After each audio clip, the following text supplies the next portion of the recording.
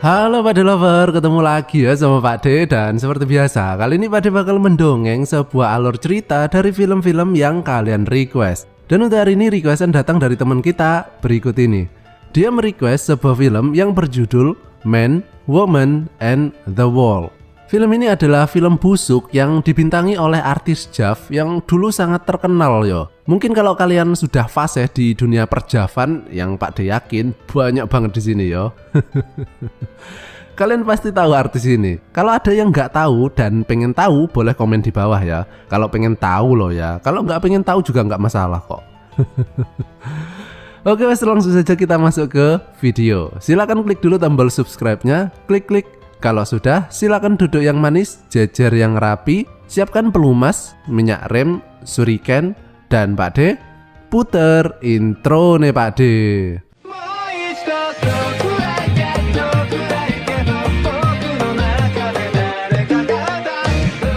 この番組はご覧のスポンサーの提供でお送りします。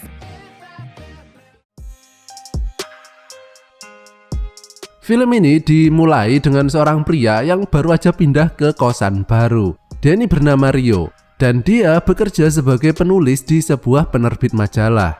Nah, dia ini seneng banget ya dapat kosan ini karena meskipun harganya murah, tapi kamar mandi udah di dalam dan udah ada bathtubnya juga. Tapi dia baru sadar bahwa ada kekurangan di kosan ini, yaitu temboknya itu tipis banget loh. Jadi suara penghuni kamar sebelah itu bisa terdengar samar-samar. Dan dia dengar pas ada telepon di ruang sebelah. Rio tahu kalau penghuni kamar sebelah itu adalah seorang cewek. Dan film ini pun dimulai. Prahara tembok mesum. Nah, ketika cewek itu mandi, Rio pun berusaha keras untuk mendengar suara pas dia lagi mandi. Sampai dibela-belain kayak gini loh. Udah bukan kayak Spiderman lagi nih namanya. Kayak Tokekman ini yo.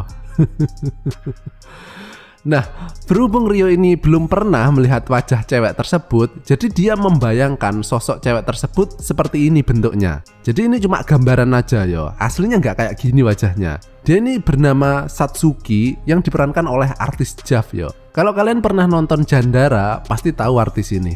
Nah, Satsuki ini sering banget dapat telepon misterius yang isinya tuh mengancam dan juga mesum. Dan karena suaranya disamarkan, dia nggak tahu siapa orang tersebut. Kemudian Satsuki menelpon pacarnya yang bernama Yuta. Dan sekali lagi ini juga bukan wajah sebenarnya ya. Dia ini cuma gambaran menurut Rio yang menguping di kamar sebelah karena dia belum pernah lihat wajahnya. Satsuki ini merasa takut dengan teror telepon tersebut sehingga dia meminta Yuta datang ke kosannya. Dan seperti film busuk pada umumnya, kemudian mereka pun melakukan acara eksplorasi ke dalam gua. Sementara Rio yang mencoba menguping sambil menggosok-gosok tiang listriknya yang sudah berdiri. Dan Rio kini tambah penasaran ya dengan wajah Satsuki sebenarnya. Keesokan harinya, Rio mencoba melihat siapa sih nama cewek di sebelah.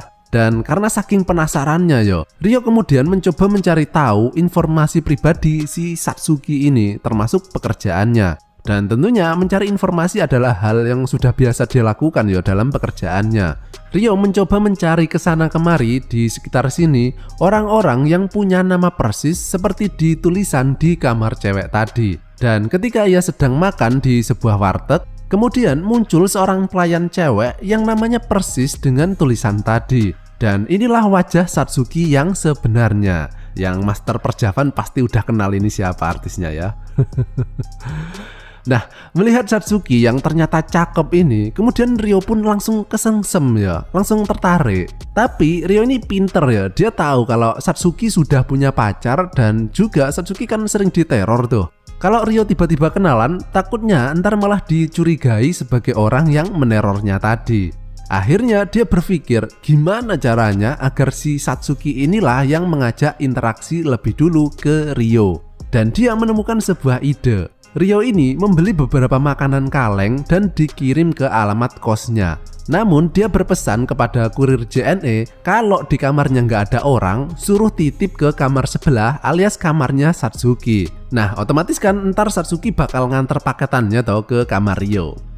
Pintar juga ini kadal plastik. Bisa ditiru ini ya tekniknya. Dan sesuai rencana, Satsuki kemudian mengantar paketannya ke kamar Ryo. Dan disinilah kemudian mereka berkenalan. Ryo kemudian berbahasa basi ngasih beberapa makanan di paketan tersebut kepada Satsuki. Dan Ryo ini juga mendapat sebuah ide, yaitu memasang alat penguat sinyal suara di temboknya. Jadi dia kini bisa mendengar suara Satsuki pakai earphone tanpa perlu menjadi tokekmen lagi. Dan uniknya, akibat ulahnya ini menggunakan alat penyadap suara, dia kemudian tahu kalau di dalam kamar Satsuki ada beberapa tempat yang tidak dapat disadap karena memiliki noise atau suara kemersek gitu. Dia nggak ngerti kenapa bisa seperti itu.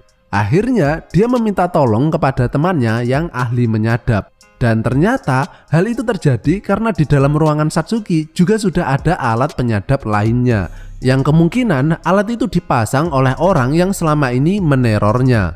Mereka kemudian masuk ke dalam kamar Satsuki untuk melihat di mana saja letak penyadapnya yang berupa kamera kecil. Dan akhirnya si ahli penyadap ini bilang bahwa kemungkinan orang ini nggak jauh dari tempatnya. Dia kemudian memantau area di sekitar dan melihat ada sebuah mobil yang sedang diparkir. Ryo pun kemudian mencoba melihat siapa orang yang ada di dalam mobil tadi. Dan dia melihat nama Yuta.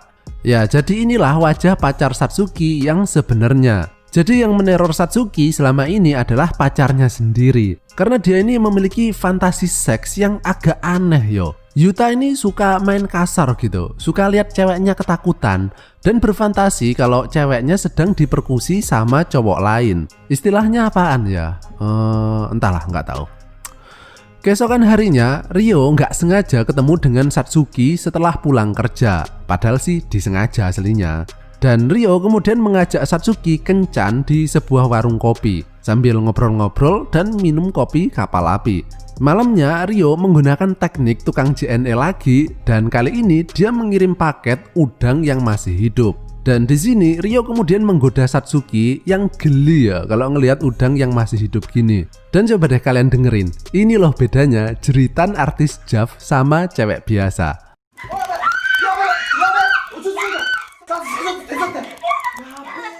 Itu belum diapa-apain loh. Dengernya itu udah bikin nafsu makan meningkat yo.